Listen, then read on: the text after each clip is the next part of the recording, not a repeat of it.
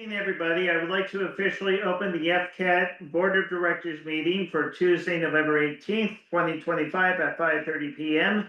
This is a hybrid meeting, which is in person at the FCAT station, 12 School Street, second floor in Sunderland, Massachusetts. It also is available by remote participation by Zoom. The online meeting ID is 390-620-5035, passcode FCAT, all in caps. And telephone participation is available at 1-646-931-3860. First item on the agenda is to open the meeting. The second item is approval of the minutes for March of 2025, May of 2025, July of 2025, August of 2025, and September of 2025. Since our secretary is not here, we're going to have to table this to the next meeting in January, unless we decide to hold a meeting in December to get that approved. The next item on the agenda is the General Manager's report, which I will now read. FCAT General Manager's report for November 2025. Since our last board meeting, it's been business as usual for Frontier Community Access Television. The station has been hard at work covering government meetings and also school functions. In addition, the station has also been involved with the cable franchise contract negotiations for the towns of Deerfield, Sunderland, and Whately. The usual duties of FCAT have included managing its 3 programmable channels, which includes programming in the Community Bulletin Board, covering select board meetings and special meetings, and also covering Frontier Regional School events. In the area of meetings, as our towns and school district has moved in the direction towards automating the coverage of their meetings, FCAT has not had to cover as many meetings as in previous years. FCAT still records special town meetings and highly anticipated meetings, along with select board meetings that are having technical difficulties with their owl cameras. When coverage is fully automated and perfected by the 4 towns, which may be a while, FCAT will focus on producing the surplus of meeting recordings now available from the automated coverage, as is being done by Whately meetings, and also redirecting staff to covering other community events. For other non-government events, FCAT has covered several historical society events, local concerts, and other events hosted around South County by Engaged Deerfield and the Whately Civic Society. For Frontier events, Kevin Murphy and his team have covered a large number of Frontier school functions, including around 25 sporting games. The majority of FCAT's recordings were covered by our staff and also assisted by our student intern from UMass through FCAT's new internship program, which was introduced this past September. While it has been business as usual for the station, FCAT has been involved with some bigger projects behind the scenes. One of the big tasks that the station is involved with, though not leading, is the cable franchise negotiations for the towns of Deerfield, Sunderland, and Whately. One of the events that was required for the negotiations was a hearing for people to testify on how PEG access has made a difference to the community. FCAT voluntarily hosted the hearing at its facilities since it was for 3 towns. It also used the occasion to host an open house for the community to see the station. Overall, the hearing was not only very successful, but many people voluntarily provided testimony speaking praises of the work carried out by FCAT staff. The hearing was recorded, and after negotiations, the station will rebroadcast the video on special occasions, such as Community Media Day and around their 20th anniversary celebration in January. It is hoped that the negotiations will be completed by Thanksgiving, if not sooner. On the other hand, there has also been progress on special video projects that the station is producing. Yours truly recently completed an educational video for the Sunderland Water District, which stars one of our board members, Waz. Well, he doesn't star in it, he makes an appearance in it. I am working on other South County municipality infrastructure documentaries to show off other Did You Know aspects of the community. In addition, one of our production assistants, Sarah Wentworth, is making progress on a history documentary pertaining to the Conway community. December and January will be busy times for the station. along with covering winter sports, holiday events around South County. The station will also be preparing for its 20th anniversary celebration that will be held on a Saturday in January. This event will replace the annual meeting, and while the event will reflect on FCAT's past 20 years, it will also be focusing more on the future of the station and the future of community media. And that is my report. Are there any questions from the general public or board members? Sounds great. All right. So an update, the next subject on our agenda is an update on purchasing a new HD server. There really hasn't been much progress made on this since the last board meeting. The reason why that's been is we've been focusing on the cable negotiations, and one of the items in the capital planning is the purchase of this new server. So currently, one other detail I should mention is I think it was maybe after I met with you guys when we had Charlie Page here, we did re-go over the quote that he sent, and he cut out some things to try and get that almost $100,000 number a little lower. So it's still going to be expensive, but we'll have a better sense of what's available to us and what we could do once the negotiations are done, and we'll start looking into options to purchasing it then. And Bob, you'll finally get your HD channel once we buy it and all. Currently, one thing I have decided to do, and I talked with Elaine with this after our hearing, we are going to keep the server in the current town hall building. It's not going to go next door into the 1888 building. It's going to stay in the current town hall building. The infrastructure is not quite in the Sunderland Town Hall building yet to install it. However, one of the things that's in the capital plan that we're using for negotiations is the installation of a new mini split for Sunderland Town Hall, not just for us, but also for the Sunderland servers, because currently the Sunderland server room has no air conditioning or mini splits or anything.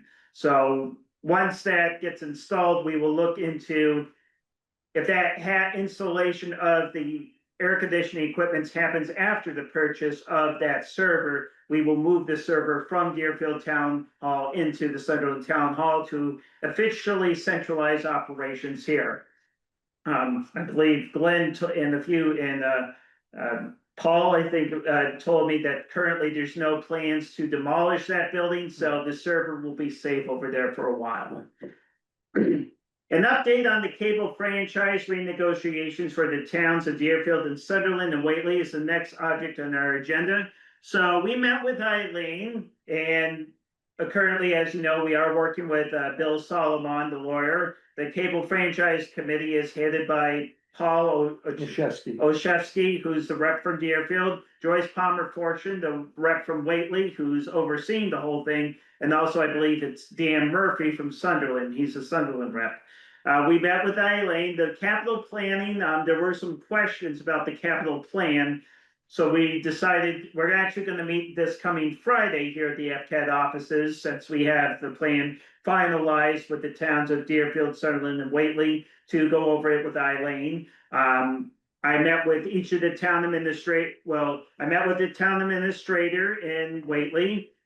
I met with the town administrator in Sunderland, Becky, who I believe she'll be participating remotely because she's out currently. And I met with Greg from the Deerfield town office, who is the assistant town administrator. The reason why I met with Greg is because he is overseeing the installation of equipment into the 1888 building, AV equipment for their new meeting room. And because of that, he sent me his plan, and his plan has been integrated into our plan that we've made to help with the number and all. So that's available for that.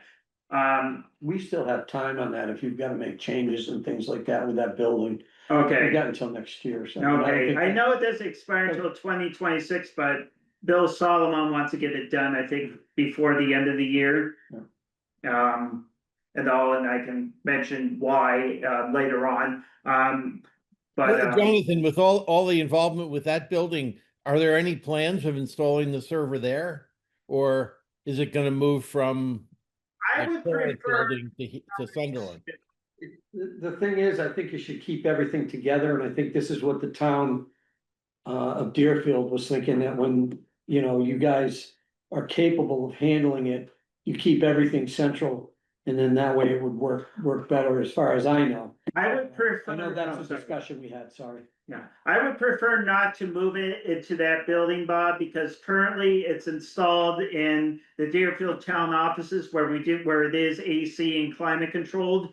I would rather have, if we need to install like AC equipment to install, I'd rather have that installed here in the Sunderland town offices. That way we can centralize all of FCAT's operations into one location instead of having. I would too. I'm not arguing that we should do it. I wanted it and didn't want it installed in Deerfield at all, to have it installed directly here in Sunderland. It's a little disappointing that we can't do that. It means we'll have to Well, move it. into it. It's just that we don't. When Charlie Page looked at the location that we were so Charlie Page came out and visited me, and when he looked at the space in Sunderland, he said, "You guys need to have an AC for this." And unless the town of Sunderland installs a mini split, he advised against it because it'll destroy itself. It needs to be climate controlled. The current space in Deerfield where it is climate controlled. And once Sunderland has a climate controlled space in this building, we will put it here. If that happens before we purchase the new server, then we will certainly install it directly here in Sunderland. But it all depends. The location will depend on the climate control, of course. So Is Sunderland planning on doing that? the mini splits, Becky put in she gave me numbers to put in for the capital plan, to have a mini split put in and included in the capital plan. Because one thing that Charlie Page did mention to her also was not just FCAT, but from the towns, and like if they have server with records on it, that really needs to be in the climate controlled space also. So why that was never done, I don't know. Yeah. But yeah. Any further questions? What only other question would be that in the Conway franchise agreement that we wrote 6-7 years ago, whatever it was, there was some additional equipment to connect the server into the lines, you know, into the Comcast fiber optic lines, and I would have to reread our contract to remember exactly who's paying for it. I think Conway is paying for purchasing that equipment, and then Comcast is going to maintain that equipment. Okay. And it was long enough ago that I don't know whether that's all the appropriate equipment. I mean, you know, if we're going to have the new server and then we're going to have some various equipment to connect the server to their fiber optic lines, they ought to look over that and make sure it's the right equipment. Yeah, I know for like what we need, because now it sounds like we're gonna have 4 HD channels and minimum of 4 channels, one for each town. So, and the original server that I think came with that was like, they were looking at 1 channel for out that server, which now would obsolete that whole thing basically. So. But, Right. yeah. When we wrote the agreement, we were the only, you know, we're out of sync with the other 3 towns, but we were the most recent one, and Comcast actually was very aggressive to want us to have an HD channel. And now, yes, all the towns are going to have one or more, but so whatever we need to buy, you know, but Comcast specified what it was that we should buy, but that was then, and I don't know whether it's still the right stuff. Well, was a contract signed with them? Because you're talking about them maintaining the equipment. Was there a contract signed with them? Yeah, Okay, the franchise agreement is a contract. Okay, so you just need to upgrade that? Or you're thinking the wrong thing here. I'm not sure. Well, the contract sort of specifies the equipment to buy, and it may no longer be the right equipment at this point. Right. And I mean, how much did Comcast have input into this setup except for signing the contract? Were they helping you with what equipment you needed and how it was They gonna they be? specified it. They specified it? Yeah, So, yeah, so there's gonna be negotiations with Comcast now. And that's probably the best time to talk to them. For getting yourself set up, I would think. yeah. All right. Anything else on that subject or? It's all good. All right. So next up on the agenda is discussion of FCAT's 20th anniversary celebration scheduled for January 17th, a Saturday. So apparently we are coming up, actually we turn 20 years old next month in December. That's when the paperwork was filed. However, FCAT doesn't appear to have officially started and opened its doors until the following month. So January marks our 20th anniversary. And I saw that recently the town of Athol did serve Athol Orange Community Media did a big event on Saturday for their 20th anniversary. And I would like us to do something along the lines. And one other thing I would like to do, another town out towards the Boston, or another community media center out towards the Boston area did this. They brought up current issues and focused, did an event where they did sort of like a town hall type thing, I think it was, where they had the public come in and talk about current issues facing community media. And what I would like to do with our 20th anniversary celebration is to do something that not only looks at the past 20 years, like we talk about our contributions, what we did during the pandemic, our role with like giving students opportunities, but focus mainly on the future of community media and discuss like several issues we're facing, such as the whole streaming bill thing, and that just like and this whole like possible FCC rule change that's on the table. I don't know what's come of that so far, but use this as an event to make people more aware of sort of the issues we're facing, but be positive about it and say this is what we need to do to last another 20 years type deal.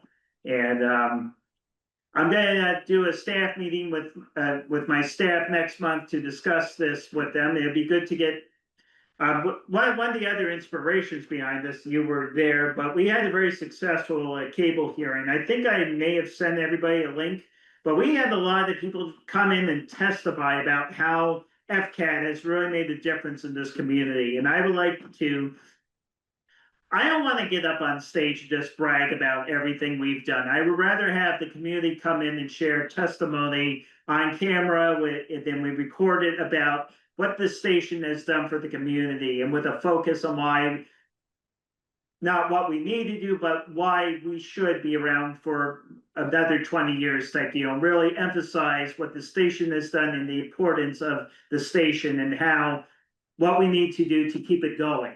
And that's why I want the folk, not that we're struggling or anything like that right now, but something to help sort of contribute to the future of not just FCAT, but community media at large. And kind of am curious on the board's opinions on that. Where would you do it? We're going to do it here at the station, and I'll get permission from the town of Sunderland to use their meeting room, like what we did for the hearing. The hearing was actually held in the meeting room. I spoke with Becky Torres beforehand, and she let us use the meeting room. We would film it there, and that's where we would do it. We do sort of a similar format. We have an open house, pizza, cake. It would be on a Saturday, so it wouldn't be in an evening. It'd be like a day thing, not an evening event. I think getting people come out on the evenings, especially in the January, February months, is a little tricky. But I've noticed that with like a lot of clubs and organizations I'm a part of, it's hard to try and get people to come out on those cold nights. But if it's during the day, maybe people would. And we host the event here, and we invite the Greenfield Recorder to come and other local media outlets to come, and we just do what we can to try to make people aware of what we are and what we need to do to what needs to happen to help us succeed, and just our contributions as well. When you had the hearing, did people come on their own, or had you invited them specifically? I know Kevin Murphy reached out to a lot of people. They came, I reached out to people, but the one thing I didn't expect is we had a lot of people who like praised a lot of the work that we do, and they were speaking from the heart, you could tell that, and they were very grateful of this organization. And that's one of the things one of the reasons why I wanted to talk to my staff members is I helped them try and get on board with recruiting people to come, but we just send out invites. We talk to maybe previous board members like Joyce Palmer Fortune and other people that we've worked with, like the historical societies, the libraries, and say we're doing this event. We would appreciate it if you could maybe help get the word out that we're doing it, publicize it. I would like to start publicizing it maybe first or second week of December. So I would like to do the staff meeting the first week of December to sort of come up with a brief plan, and we go from there. Yes, sir. I think one of the things you were talking about, the different boards, you should make sure that the select boards have it, because we do an announcement for different events that are All happening. right, now how soon would you? I think what your timing is right. I Okay, think that's fine, and I think what we'll do is, we'll do it in December, and then we'll probably hit it again in January. The other thing is putting flyers up in the town halls will help as far as that goes. And okay, then your school staff hopefully can put some flyers out there. Check with the women's club. Some of Okay. those things. There's a lot of areas here that you could cover. The only thing is, you might be overcrowded. We'll see how it goes. hey, that means that we'll have a successful event, so. Yeah, I think inviting some people is important though. Especially some of the kids that have come up through FCAT and, and they're now in a profession related to what they learned while they were, going to Frontier and working here. I think getting kids, I know like some kids like Matt Carlson sending a letter to maybe asking Yeah. people who don't want to necessarily send like a video or comment, having them send us a letter and then we read it out loud too, That'd be which would great. be good.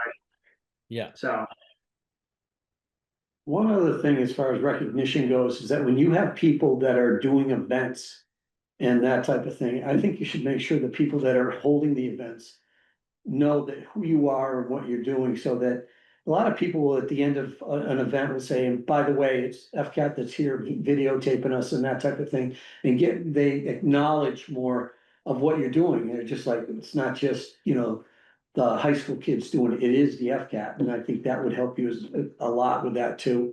I mean, just a suggestion. all right, well, thank you. Yeah. It's a good one. Mm. You might want to reach out to Watermelon Wednesdays too. Paul, actually, we've been doing some stuff with Paul. He's started up a group called the Whately Civic organization, or Whately Civic Group or whatever, but they've been doing lectures that we've been, Sarah's been filming them, and he's been very happy with recording. So Watermelon Wednesdays, Paul Newland, definitely will reach out to him and other people. So I love seeing the FCAT sign right in the front of the stage for Watermelon Wednesdays. And he usually mentions, and we're recording this event, blah, blah, blah. And he's very good about it. But I think we've made a real difference for Watermelon Wednesdays. well, they're great concerts, so, and it's great content to have on the station, and it does draw a lot of the traffic to the station page. So, all right, any further discussion on that item? That's great. Next up is public comment. I'm gonna put you on the spotlight. No, I'm just here because when I left Deerfield, back around 2005, I knew this existed, but didn't know anything else about it. So when our staff started talking about it at the Deerfield Town Hall, I was like interested, because I also knew Jonathan even from before, and I didn't understand the whole idea of what this was. It turned out to be a lot more than I thought it was when I what I was thinking anyways. And Michael, you remember when we were in high school? Oh, he's sleeping. No, I'm on. I just had to find a button. Okay. No No, I comment. remember. Yeah, it was a lot different. It was reel-to-reel tape. And that was, we had one of them on a tripod, and if you took it, you didn't carry it, you had three people carrying it, so. And you had a recorder off to the side, and like I said, I was interested to see what was going on here, and the equipment you have now is just so high-tech, and I'm very impressed with it, so yeah, You might need 3 people with this around. no, I don't think so. So anyways, that's how I came over when he was doing the hearing, and he invited me back to one of these meetings here, so I'm here for this, just to get myself up to speed on it and see if there's anything we can do in Deerfield to help out with this too, so. Very Kevin has good. done some interesting things with people like Deerfield Academy and their TED Talk. That and they seem really pleased with the work we did there. So, and actually tomorrow night, we're doing the telethon for Frontier Regional School too, so. It's great. So every year it seems like we make more money from it too, so it'll be exciting to see how much we make this year from it. And how much, well, actually the school makes from it rather, but we get a little percentage of it for our help, so. So, Good, next item is to set the next meeting date. So the next meeting date right now is our annual meeting, which we are going to do the anniversary for, which is going to be on January 17th, which is a Saturday. We will decide a time after Thanksgiving, and I will get back to the board on that. I'm thinking maybe around noon might be a good time, but I'll talk to my staff as well as the board and see and send out a sort of a survey type post to see what you guys think a good time would be. I prefer to do it during the day. Maybe 11 a.m. to 2 p.m. is what I'm thinking right now, but I'll get back on the time, but the date will be January 17th. So on that motion, I like to make it is adjournment for our next item. Is there a motion to adjourn? So move. seconded. All in favor? Aye. I Aye. Anybody opposed? Right. No